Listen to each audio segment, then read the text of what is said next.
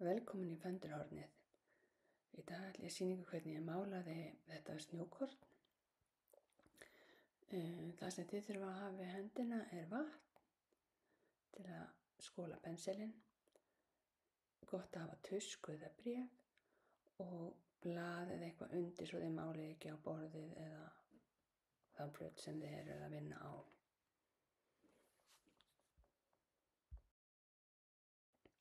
Ég byrja því að mála allt snjókornið hvítt. Svo þið sjáu þarna. Og það getur verið gott að fara 2 umferðir til að fá góða þekju.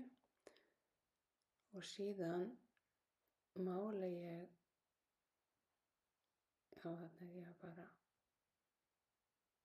líklega seinni umferðina.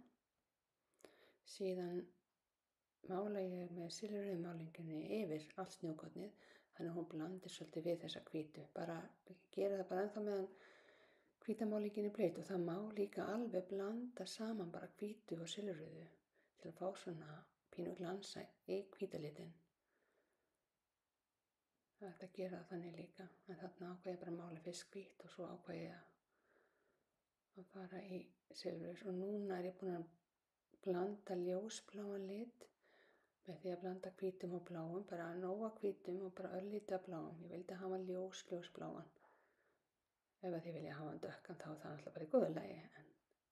En svona blandaði ég minn lit og mála bara endana, sjáu þið, á snjókorninu. Blá endana. Byrja á því.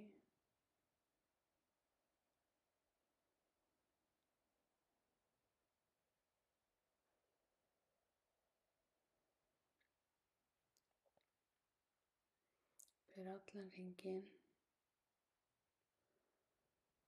Og þarna er það er mjög fallegt að láta bláa litinn, en það verður ekki bara einhverjar svona línur, að láta hann blanda svolítið við þennan hvítgráa sem við vorum að setja á þann ef það er hægt, ef hann er ennþá blautur, og leyfa því svona að dofna út í hvítalitin. Þannig það er hægt að mála með þess að það þó ekki gráan, þannig er ég að láta þetta svona blanda svolítið saman, þannig að það komi bara ekki einhverjar skýra línur, heldur svona degi út liturinn í hvítalitin. Og þið skiljið hvað ég er að meina. Og svo ger ég þessi hotleika hana, standa út, alveg svo ég gerði endana.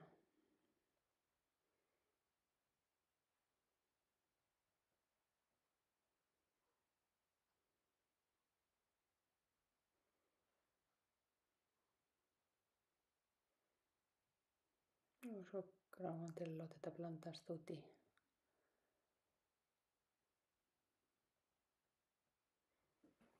Þannig að þetta rennir saman litirnir á þess að mynda einhverja svona fleti með skörpum línum.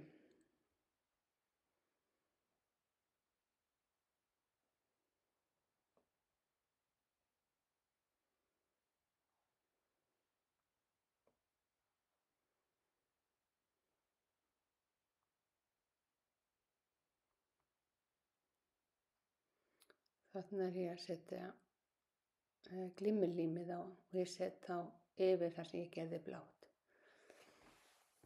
Þegar þið eru að nota pensilinn í slíkt þá er gott bara að skóla vel á eftir, þannig náið öllu límin úr. Annars er pensillinn alltaf bara harðnar hann allur. Maður þarf alltaf að hugsa vel penslana sína, alltaf að skóla þá vel. Líka þegar maður er að nota málning, en sérstaklega þegar maður er að nota svona lím. Og alls ekki láta penslana liggja í vatni með hárin niður. Og bara yfirleitt ekki láta penslan liggja með hárin niður því þá bogna hárin og hann verður bara leiðilegt að vinna með hann.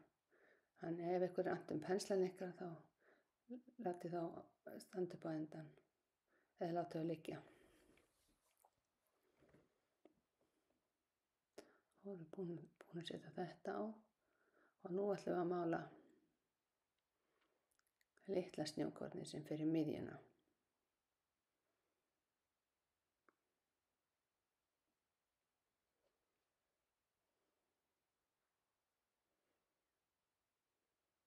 Mála það silfurlitað.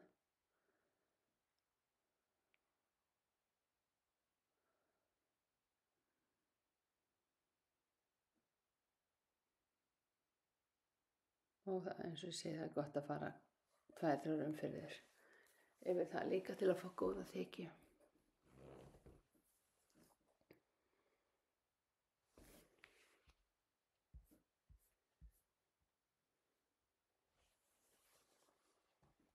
Og svo má setja glimmerlímið yfir það líka. Til að fá það til að glitra fallega.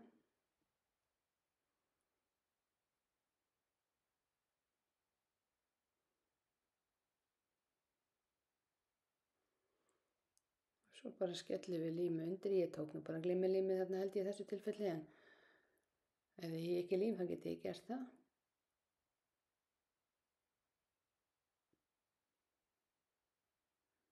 Svo bara líma þetta á.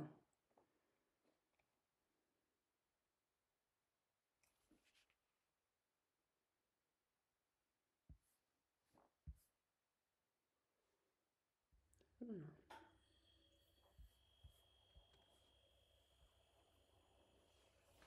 Þá skulum við þeirra perlurnar og sjáu því, ég set þarna allar perlurnar og svo fer ég tilbaka í gegnum, þannig ég myndi hanga, sjáu því. Passa bara að draga ekki alla leið í gegn, heldur að hangin sé þarna. Það er alltaf gott að stinga bara puttanum rétt að mig að ná að fara í gegnum allar perlurnar. Bind hnút þarna fyrir ofan.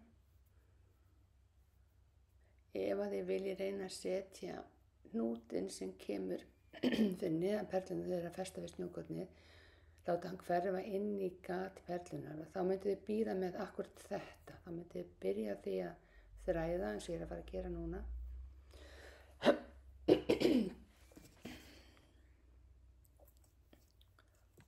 Og binda og svo myndið við reyna að mögulega setja þennan hnút inn í gatið. Stundum er það ekki hægt ef að gatið er lítið, en ég geri það svona stundum ef ég sé að það er færi á því.